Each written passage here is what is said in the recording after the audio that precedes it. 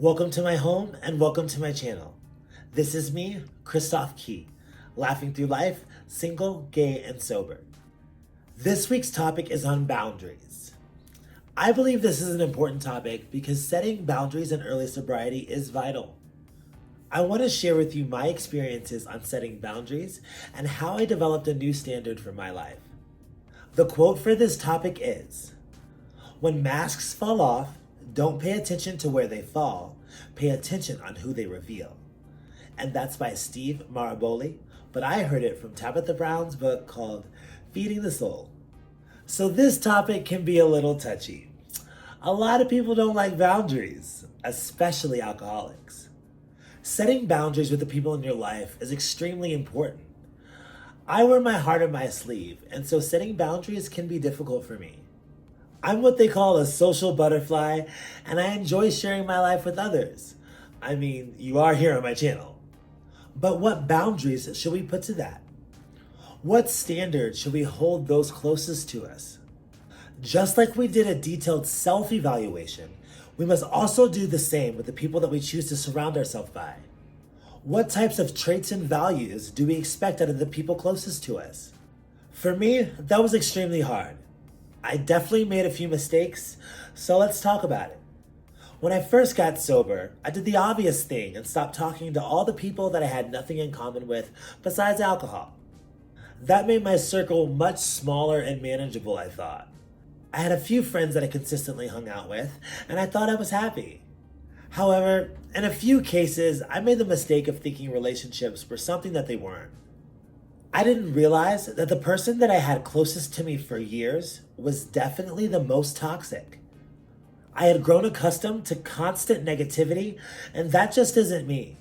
Where I went wrong was not doing the detailed evaluation of our relationship. I, unfortunately, just saw a superficial front. It's extremely hypocritical to hold other people to a certain standard, but not the person closest to you. It was hard to let that person go. But we must demand better from the others around us if we also want to grow. Sometimes in sobriety, we accept behavior from others because we've grown so used to it. There came a point for me where I said no more and I freed myself. That boundary now is a brick wall. I've also set a boundary of how close I should allow people into my life, what things should be shared and what things should be kept private. I've learned this over the years, and this is a personal quote from me. Just because someone's wearing your jersey doesn't mean they're cheering for your team. I'm working so hard at building the life that I've dreamed of that I'm starting to hold the things that I love the most close. I'll give you some examples, and I'll start with my home.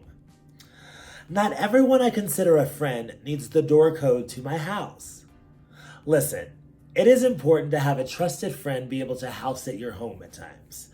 But do an evaluation of that person. Have you been to their house multiple times? Is that open door policy type energy reciprocated? Another thing is emotional information.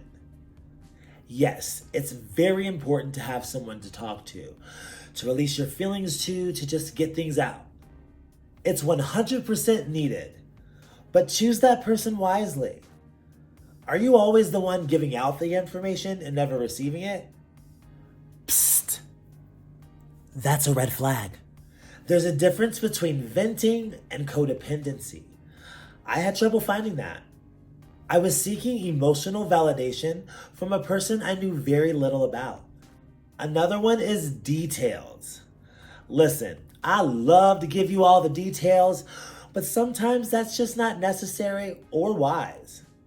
Sometimes my excitement gets the best of me, and I just want to share the joy.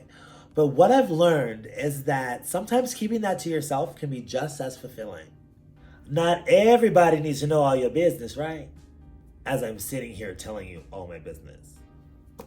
Sometimes we build these big boundaries, but over time, those brick walls eventually turn into chain-linked fence.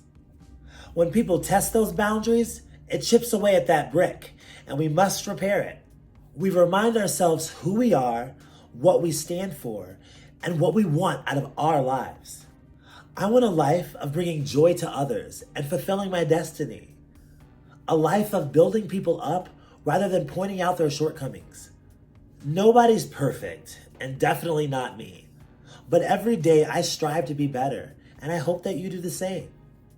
This brings us to our moment of gratitude. This week, I'm grateful to finally be in control of my own life. For so many years, I hung around the wrong people and accepted bad behavior because I simply thought I had to. Taking back control of my life, surroundings, and energy gives me so much confidence.